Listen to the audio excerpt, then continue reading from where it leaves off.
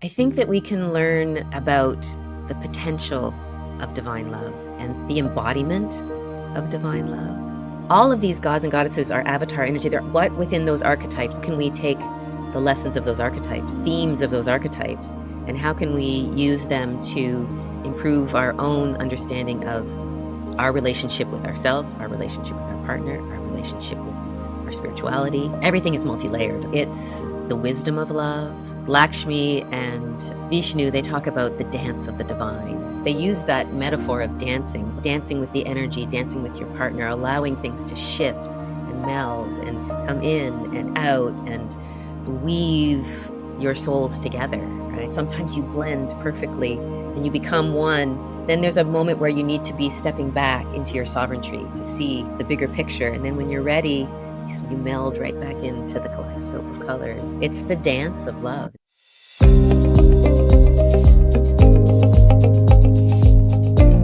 Welcome everyone to our next episode.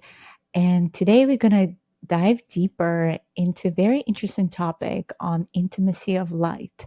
We're going to have our returning beautiful Denise Benning talk about her new book on divine union, on her connection with her special guide, and about different soul flames, various sacred unions that happen throughout history. What does it mean to be in this frequency of true love? Welcome, Denise. I'm so excited to have you back. A lot of things have happened since our Yes. last podcast together on angels. That podcast did really well. I think it's the most watched, and you got a lot of interesting people coming your way. And this book was something you started putting together this past winter. What is this exciting new book about? The book is The Intimacy of Light, A Journey of Multidimensionality and Divine Love. If I was going to describe it, it would be the combination of a cosmic memoir and a spiritual guidebook about multidimensionality, about divine love, divine union, divine relationship, the ascension journey. And it's really about my own very personal spiritual awakening, the unique way that I have woken up, the unique relationship I have with my guide, Jeremiah. And I talk a little bit about my connection to the angels as well and some of the other divine masters. Jeremiah and I have traveled many lifetimes, had many soul expressions together, and exploring divine relationship and love and all of its shadow and light, from the darkest shadows to the highest light, and then all the different shades in between, and all the different expressions that we can experience. And is bringing this wisdom through as a way to teach us a new definition of what life means. Like, it's eternal and it is infinite and it is love, and the power of healing within our multidimensionality. That's really the root of what he wants us to know as well. I started reading the book and I didn't realize that Jeremiah actually was incarnate here as Jeremy. Tell us the story of how you connected to Jeremiah and how that relationship started forming for you unexpectedly. Yes, Jeremiah is about the long reveal. I woke up in a Mayan Temescal sweat lodge experience in February 2018. And that sort of kickstarted my exploration of my intuition, my intuitive development. I really started to quickly connect and realize that I had the gift of mediumship and psychic gifts and all of that kind of thing. And I started to realize that I was an embodied channel and I could channel energies physically and vocally and all of that. And he didn't reveal himself as Jeremiah for quite a while. My first guide was a Native American shaman who I called Haudenosaunee. I reveal in the book eventually became Wolfpaw. Like, it's a whole process. And then all my guides leading up within the first 6 or 7 months were what I didn't realize were multidimensional aspects of Jeremiah. About 6 months into my awakening, I started to connect with my own spiritual mentor, Lori, and I call her my Yoda. She's amazing. And she had a son named Jeremy. He had passed in 2013 at the age of 34, but he was a really special guy. Like, he embodied his soul expression of Jeremiah. The more I hear about the stories and I connect to his energy, the very first day that I started to work with Lori through a connection through friends, I felt this energy. And my friend said, there's somebody here sitting and Mm. waiting. And Lori said, oh, that's Jeremy. He's here to see what we're going to get up to. And I will never forget that feeling. I literally, with my third eye, saw this young man sitting in a chair, just taking in with his confidence and this beautiful light. And I didn't realize it at the time, but it was a soul remembrance. We all called him Jer. That was just his nickname. And now it works really beautifully because he's Jeremiah Jeremy. But then sometimes he comes, as I explained in the book, he comes to me in all these different multidimensional aspects of him. Jeremy is really that special connection because he's like the most human to me, if I want to explain it that way. And I remember it was very slow reveal. Like I was busy with the angels when he showed up in my awareness. I knew he was there and guiding me a little bit or hanging around. Whenever we were working with Lori, he always had something to say. And I started to realize that Lori and myself and Jeremiah could have a three-way conversation, like Jeremy and Lori and I. And it was really amazing. The connection, which is really beautiful, is the mentorship through Lori and her connection to Jeremy, who is Jeremiah, allowed me to trust and understand the journey that I was about to take on. If Jeremy or Jeremiah had come in and I didn't really understand out of nowhere, but there was this real connection in this lifetime. So I was able to step into it and gradually trust it. I remember having a conversation between Lori and Jeremy, and I was saying how grateful I was to have his guidance because he was starting to work with me more and more. We were laughing, we were having just a fun little conversation, and he said something like, oh, galactic cosmic D is mine. And I laughed, and Lori said, oh, he's flirting with you. And I said, yeah, I think he is. But what happened was that it was like literally an activation and a remembrance of Mm. our soul connection. I didn't necessarily realize it at the time. That energy hit me in a way that I now recognize as soul remembrance. Like you can't shake it. And then gradually he started to reveal his light to me. He visited me in the middle of the night and I woke up and he was standing at the side of the bed and he was Jeremy. But then he said, hey, Dee, I'm going to show you who I really am. And then he just stepped into his soul light and expanded into his divine presence. And it just took my breath away. Like it was just, it feels very angelic. And Elohim energy, that Yeah. high Elohim energy, that soul family that we are Yes. and our connection. Yeah. I would love you to share at some point that connection because I remember as you were writing the book, you also remembered how we know each other from Lyra, which I Yes. really loved. Yes, you made it into the book in that story. So that was the connection. And he became Jer, and he's Jeremiah Jeremy, and he's like Jeremiah Marcus. He's Marcus Aurelius. And I talk about that story in the book, the Roman emperor and Stoic philosopher. He's many things. And it's been quite a remarkable journey. It's really incredible how some of these beings, they keep on coming into different incarnations we have as well, but Right. they also here to guide us. I do want to go into our story because for me, that filled the whole galactic gap as well of Right. my galactic history because a lot of things been revealing themselves in the last few months. Yeah, maybe you can share with the listeners what exactly you saw and then how I started. Right. Yeah. So the way the book unfolded for me is what I would do is I would sit in the morning and I love to write in the morning. It happened like I started in January and it just started to run. Everything in my life fell away except for the book. So one morning I sat down and I channeled something called Prison of the Mind.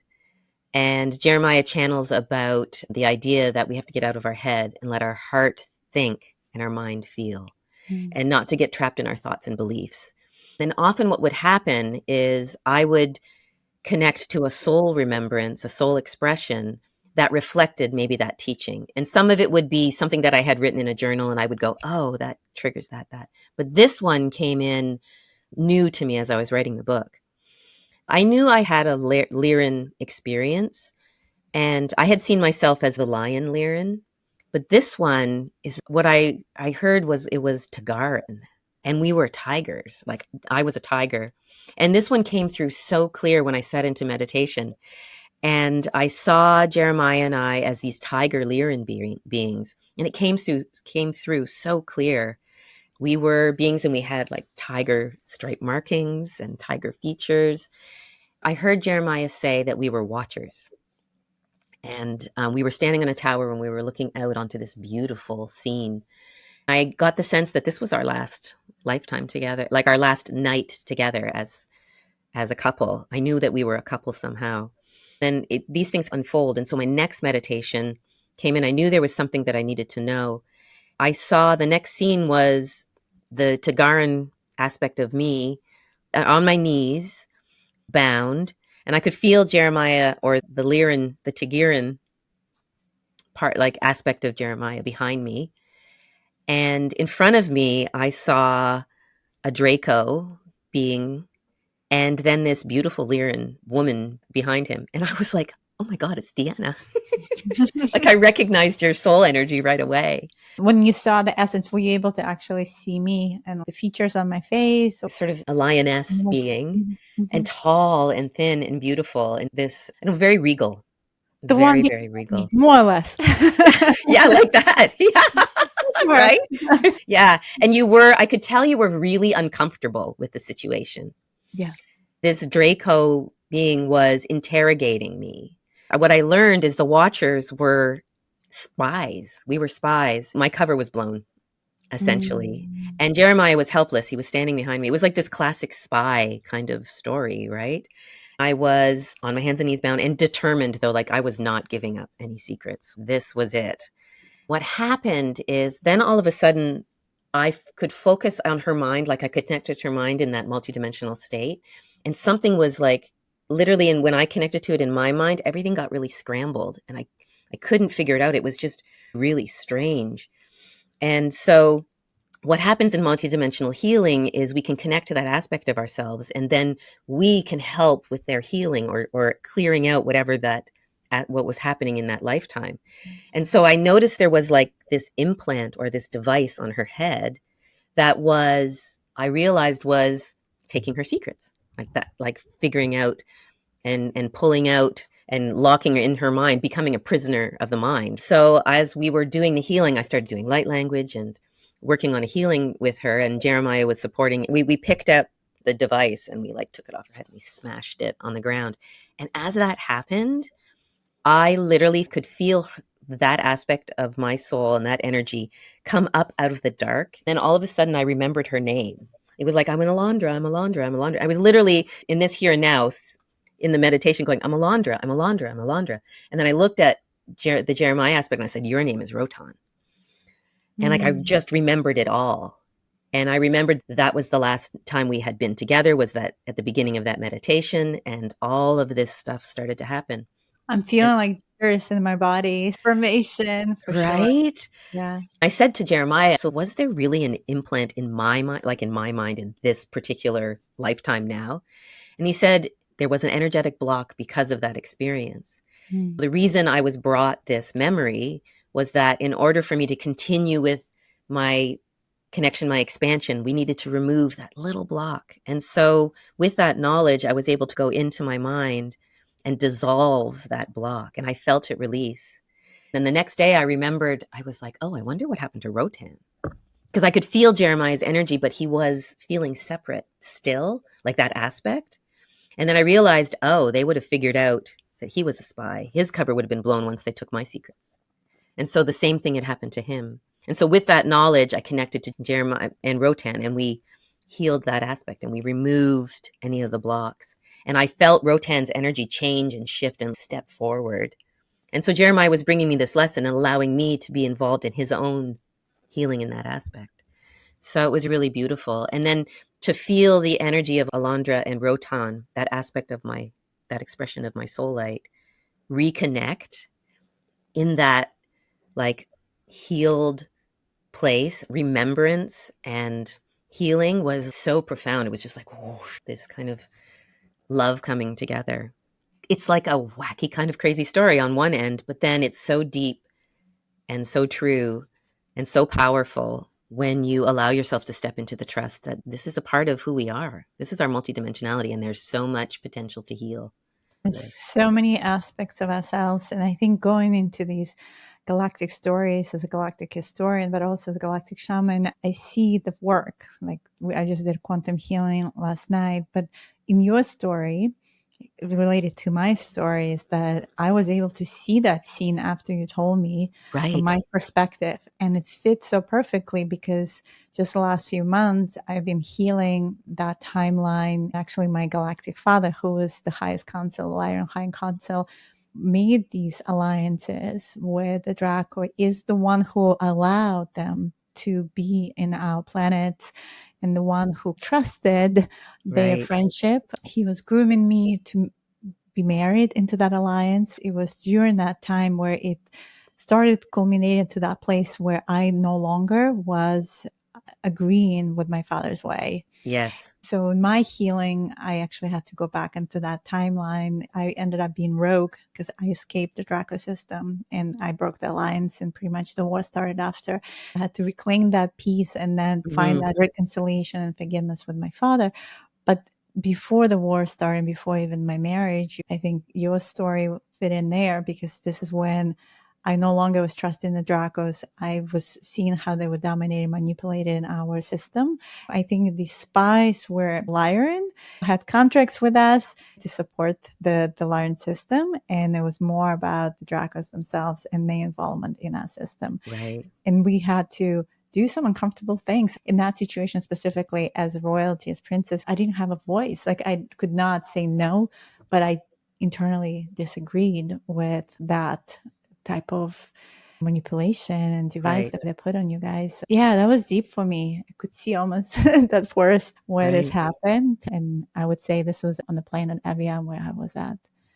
That was one of the main planets where we resided. So beautiful.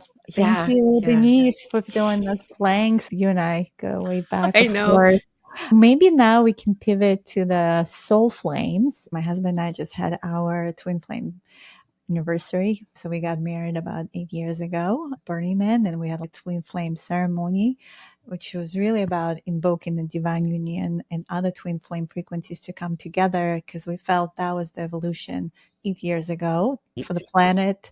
Yes, eight exactly. And of course, your book is all about 888. So there is that infinity number. I only realized actually a week before the anniversary that it was 8 years together. And I was like, wow, 8 years for soul flames, twin flames feels like eons. Right. Infinite years of growth and learning and expansion.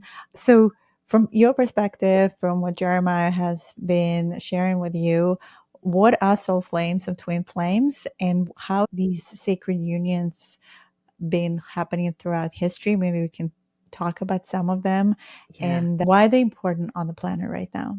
Because I'm an embodied channel, one of the things that Jeremiah has brought to me through wisdom is these connections between some of the divine masters, the gods and goddesses, these avatar consciousnesses, these big collective souls. When I was starting to try to understand, because literally, when I started to connect to his light, it felt like home. It felt so Mhm. familiar.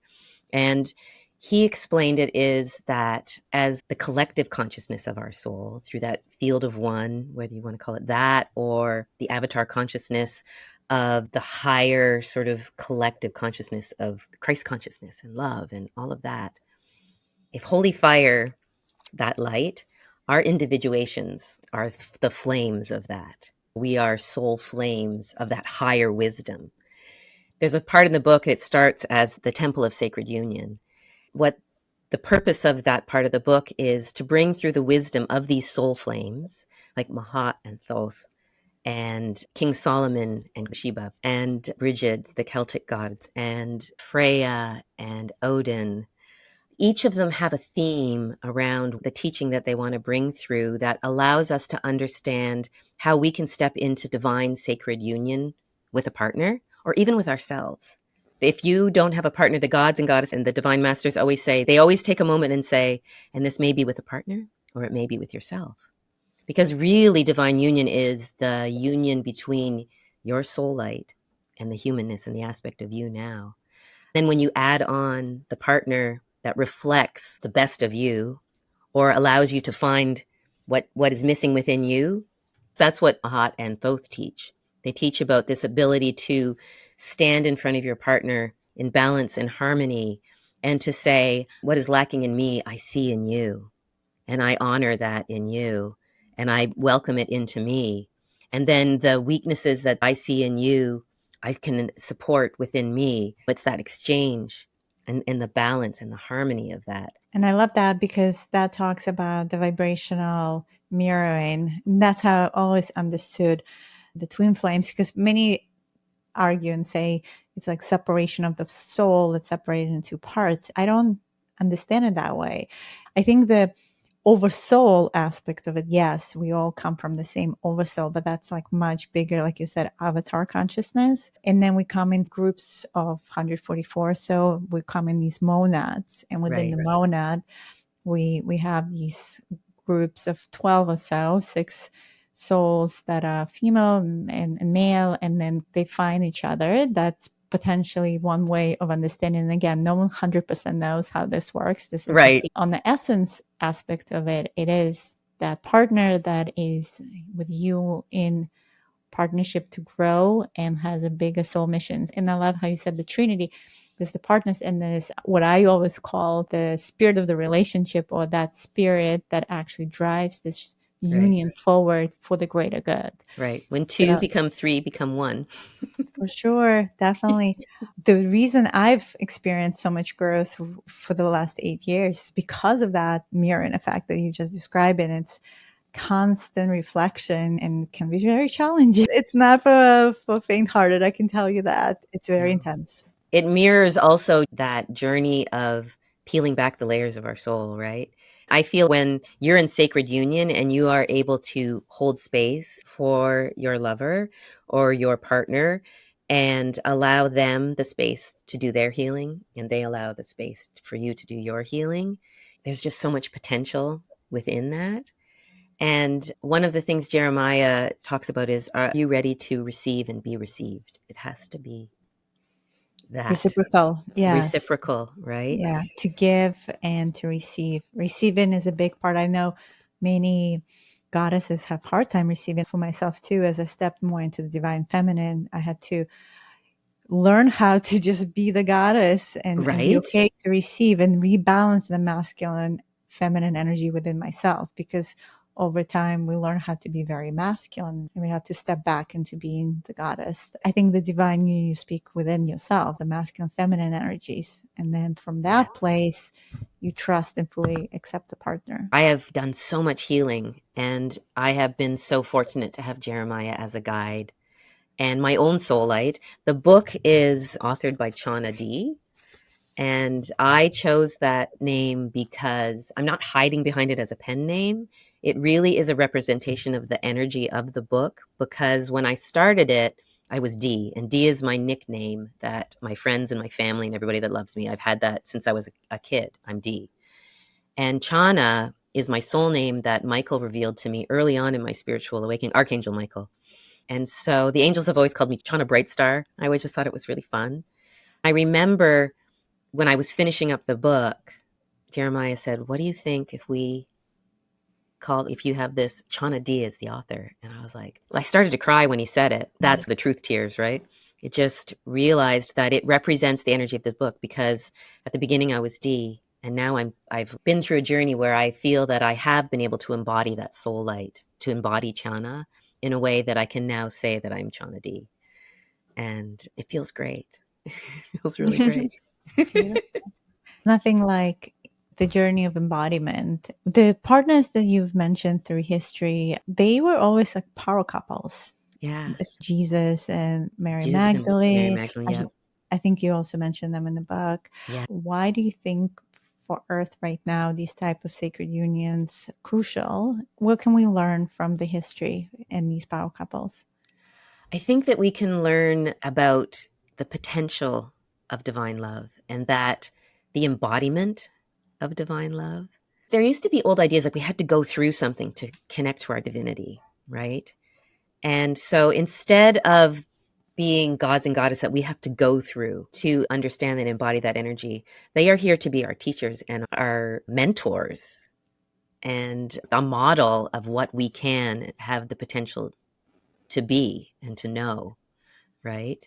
All of these gods and goddesses are avatar energy there. And what within those archetypes how can we take the lessons of those archetypes, themes of those archetypes, and how can we use them to improve our own understanding of our relationship with ourselves, our relationship with our partner, our relationship with our spirituality. Everything is multi-layered, of course, right? It's the wisdom of love. Lakshmi and Vishnu, they talk about the dance of the divine. They use that metaphor of dancing with the energy, dancing with your partner, allowing things to shift and meld and come in and out and weave your souls together, So right? beautiful. I always say we dance as the phoenix and the dragon. Yeah. Yeah, and I have it even on my drum. So it's like this constant perpetual dance. Even the archetypes of the phoenix and dragon, we change them too. Sometimes I'm the dragon, he's the phoenix Mhm. in another way.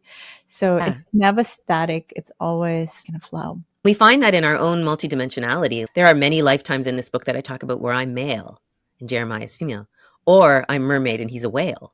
It can be all these things. We were in relationship as father and son, and we were adversaries, and we were passionate lovers, and we were emperor and empress, and we were friends. And so it's all the different aspects that he brings through to my awareness. I know I was working with my soul as well, but he's been the guide because he's been my partner in those lifetimes, has taught me so much about myself and the way that the capacity for me to love myself first so that I can step into a relationship with balance and wholeness and harmony and joy. I love how you have one chapter that talks about love as a kaleidoscope of love. Tell us Yes. more about that concept. That was through my connection to an aspect of myself I called Kala Ray, who is the highest divine feminine light of myself. And that was a meditation that started as the angels showing me the way our energies move together. It's this concept where we are constantly moving. If you imagine that kaleidoscope, and we're moving and dancing and melding all of our energies. And if we are all energy and we're connecting, you and I are connecting, we are dancing, right? And moving in and out. And sometimes you touch other people's soul light, their life, and it bounces off because it's not quite the right resonance, but it's always still beautiful and there's always something there. And then it moves in and out. Sometimes you blend perfectly and you become one. And then there's a moment where you need to be stepping back into your sovereignty to see the bigger picture. And then when you're ready, you meld right back into the kaleidoscope of colors. And it's the dance of love. It's the dance of the soul with the field of one and with everyone in your life. Sometimes you're going to bounce off, sometimes you're going to resonate. And it's quite beautiful.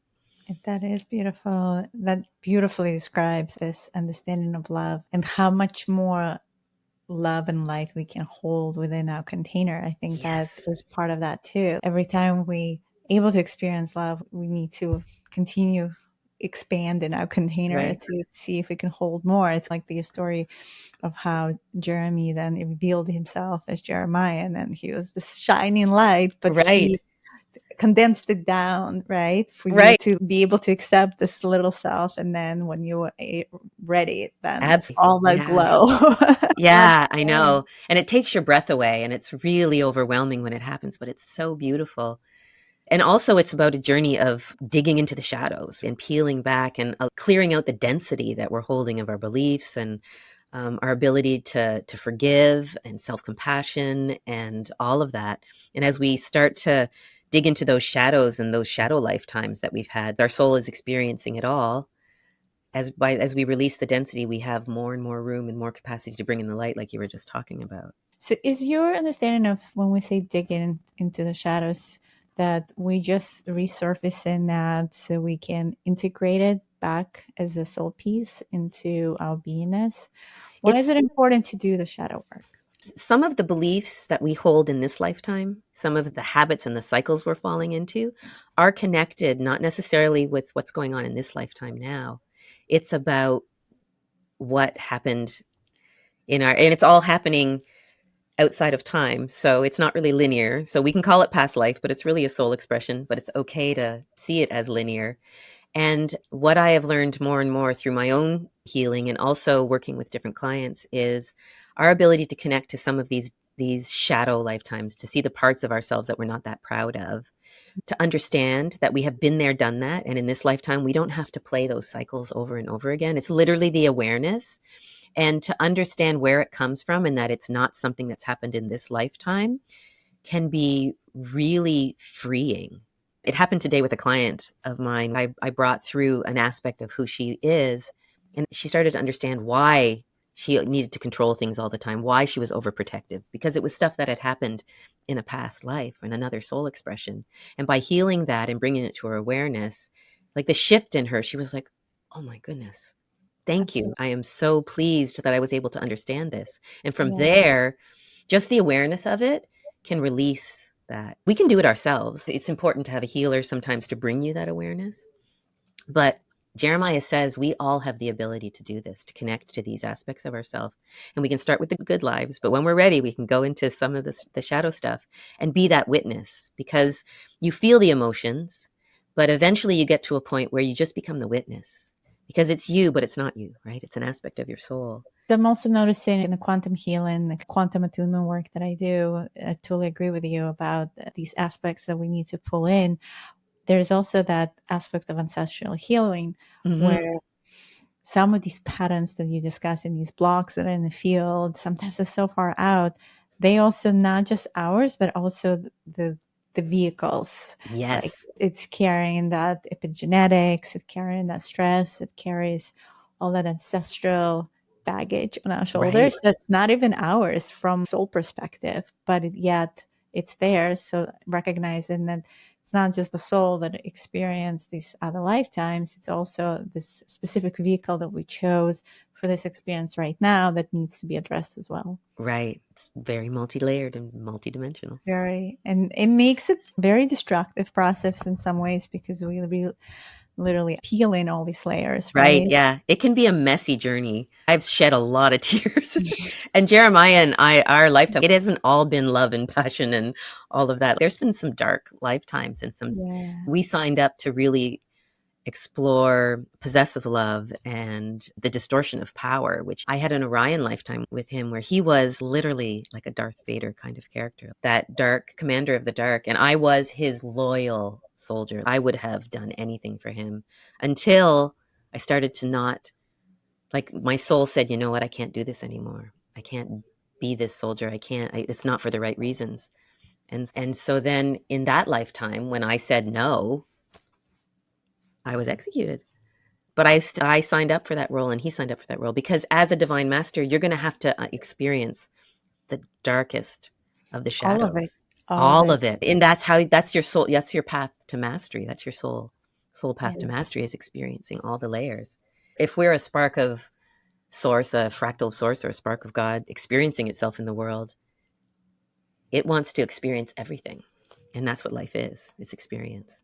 And sometimes I think Steve Popietek, who was talking about cosmic shamanism, he even said that sometimes we volunteered, the Council of Light would send us and we would volunteer to go in, incarnate into the dark side so that we can collect the intel and bring it back and report it Right. to the council, Right. Yeah, which is incredible, but makes sense. it How would you does. know your enemy unless you volunteer to really go into the And trenches? be that, yeah. Yeah, Yeah. it's so true. And it also makes sense in terms of the clearing work that we do as light workers. For us to really be able to clear, we have to resonate in some ways to understand what that dark energy is. And also, what I've found is some of these different lifetimes that I've experienced that might be darker, it's allowed me to connect and my angels and guides to work through my multidimensional self to actually help to heal some of that stuff and clear some of those energies from those timelines, which is fascinating to me. And so by connecting to that aspect of me, I can anchor in the energy, and then the angels and guides come in. They do their work of clearing, and then I'm doing my light language and my anchoring, and we all work together to clear out some of that energy, allow the light to be installed into the earth grid. We're the construction crew.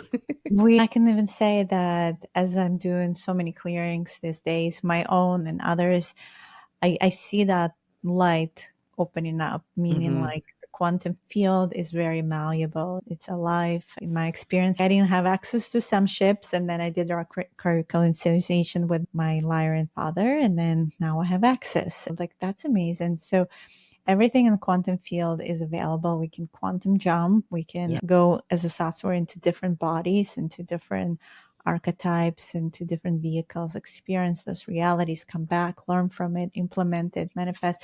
That's the mastery level where we're no longer fearful or limiting ourselves to think that this is the only experience that we have. Oh, the game is on. So as a player, I can shift role, I can It's master myself, true. I can jump into a different avatar, I can come back, I can learn the game and be better player now going forward.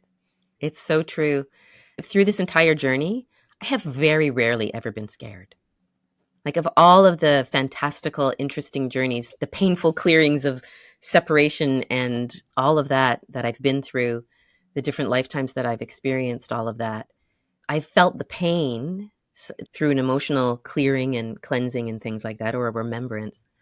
But I have never felt scared because I just know, my soul knows that this is natural. This is what we're meant. This is our natural state, really, right? And so to start to understand that we are not separate from our soul light, from our divine self, from the field of one and unity and all of that, it allows us to just step into the magic of all of it, which is totally real.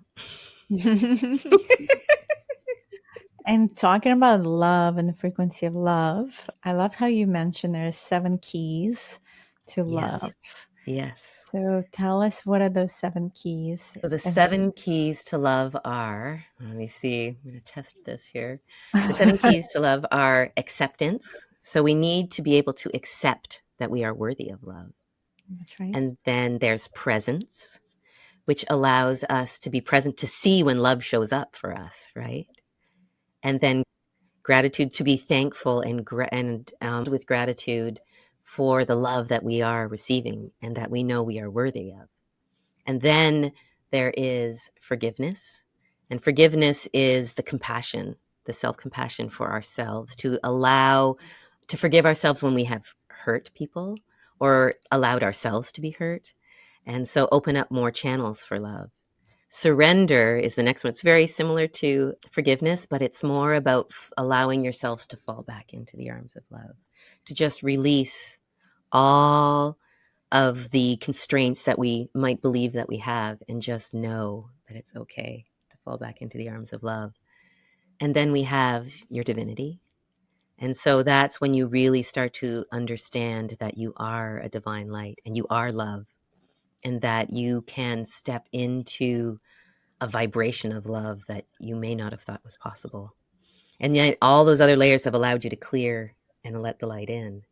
And then the highest, the 7th key, is authenticity, where we have revealed our authentic self, stepped into our truth, that we are of the highest light and we are eternal and we are beautiful and we have the capacity to love in a limitless way, because love is all there is. That's the name of this universe. Right. That's the game here. That's the human experience of the 7 keys to love. Yeah, I love that. That's a beautiful summary. And I think, as you mentioned, that like the different sacred unions and couples, I think they embody those keys in different types of They ways. do. Yeah. Yeah, they really do. And What are your favorite what are my couple? favorite? Yeah, I love King Solomon is one of my favorites. And he has this, he's the arrows passion energy. And it's about the wisdom codes of love, because he Mm. is King Solomon's wisdom in the wisdom temple. It's a very powerful energy, the two of them together, Sheba and Solomon. Are you familiar with the bee story between Sheba and King Solomon? No, Oh, you're not familiar. I remember being a kid. I lived in Israel, so it was a very popular story. right? And that's how I know Queen Sheba. So the story is that she wanted to come and visit him with her whole entourage. And he was a smart intellect and he loved riddles and puzzles. Yes, just like Jeremiah. Riddles and puzzles. He had a lot of wives, but he liked to be entertained in that kind of way to see if anyone can outwit him. When the queen came, she brought him flowers, and the riddle was that he had to tell which flower is real. But he had Oh, an experience that morning with a bee in the garden, and he wanted to kill the bee, but the bee told him to hold off because he could also speak to the animals and bees, of course. And so the bee will help later. So he Of was course. compassionate. And so at that moment when Queen Sheba was testing him, the bee sat on the real flower. That's awesome. So that story was like epitome of like him realizing and her realizing who they are and their Right. powers. High vibration of the bee Yeah. is a beautiful metaphor. Yeah. They bring through the wisdom codes. I can't remember them, but I could look them up. I really like them. They're the wisdom codes of love. And so it would be Yeah, maybe you 196. can read a little passage about that. Yeah. So let me just see. So Solomon and Sheba, the wisdom codes of love, they bring through 12 codes. And so the first code is love is light, nothing more, nothing less. Number 2, love lives within all. 3, there is no beginning and no end to love. 4, all are capable of love. 5, if love is forgotten, it can always be found. 6, arrows and passion are a doorway to God. 7, love ignites the spirit and fuels all of creation. 8, with proper intention, love lights up the sacred heart. 9, to receive, you must also be received. 10, to witness love is to know love. 11, to turn away from love is to still see love. 12, to be love is all that is asked of you. My favorite is to turn away from love is to still see love. It seems like a paradox, but It is. it's always there, right? It's just always there. So you may not think you're seeing it, but it's there. That kind of goes into like the whole nature of reality and us thinking that we're separate and we are Yeah. not. Yeah. And as we embrace back our gifts, our divinity, our light, then we reopening our eyes to what was Yeah. already there. We just had them closed. Right. Exactly. So it sums up a lot of what the book's about. Well done. What a beautiful journey of writing the book and bringing that intimate story to everyone. In conclusion, Denise, you want to share with us as it comes to maybe couples or just in general about love that we can maybe infuse into our day? It's a lot about that awareness and acceptance. That's that first step. Whether it's with a partner or with yourself, there is always a place to start building a relationship with your soul light, with that spark of divinity that's within you. Allow yourself to take that first step and open yourself up to the potentials of the fact that you can actually build a relationship with your soul and with your soul light through a journey of love and healing and multidimensionality. So much abundance and light and expansion. That's what the ascension journey is. It's about connecting to that higher aspect of ourselves and then bringing it down into our human experience and then seeing the world through our divine eyes or divine lens. I really love that idea that we're walking the walk now in this human form, and we can have that divine union with ourselves and with our partners, just to open and be, no expectations, just be for your partner, and then allow what's meant to be to like be the eight, the infinite eight, to receive and be received. Beautifully said. And Denise, tell us where someone can find this book and what formats this. So if you want a paperback copy, you can find that on Amazon. It's on multiple marketplaces across the world. And then if you want the ebook, you can find it on Amazon through Kindle. It's just been released today through Apple and Kobo. So you can find them on those platforms too.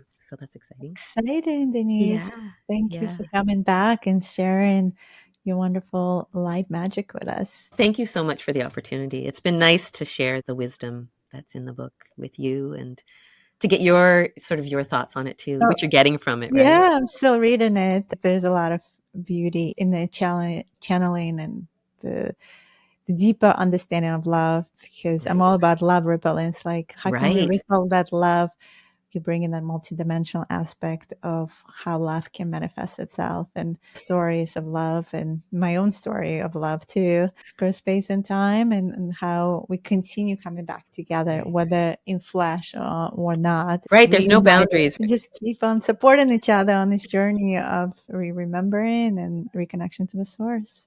Yeah. Yeah, So, beautiful. Thank you so thank much. you. Thank everyone for tuning in. Until the next episode. Thank you for tuning in to this episode. For more information, please visit the website tianadivine.com. We are offering different programs, workshops, retreats, as well as one-on-one work such as quantum healing hypnosis, crystalline cell healing, and more on sourcelanguage.org, offering a digitized course. It's self-paced, where you can open up to your divine gift of light language. I'm Diana Mara Divine, and keep connecting with your higher self